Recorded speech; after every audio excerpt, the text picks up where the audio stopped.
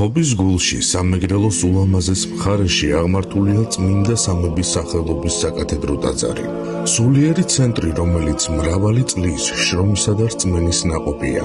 ტაძრის მშენებლობა 1997 წელს დაიწყო და 11 წლის განმავლობაში მიმდინარეობდა.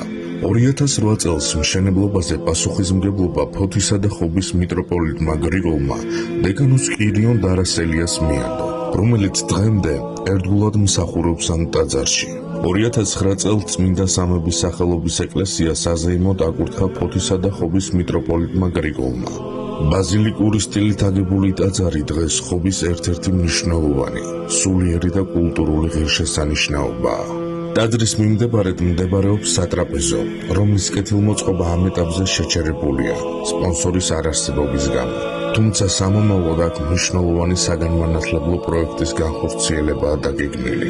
პროექტის მიხედვით სატრაპეზოში გაიხსნება საკვირაო სკოლა, სადაც 2 საკლასო ოთახი მოეწყობა.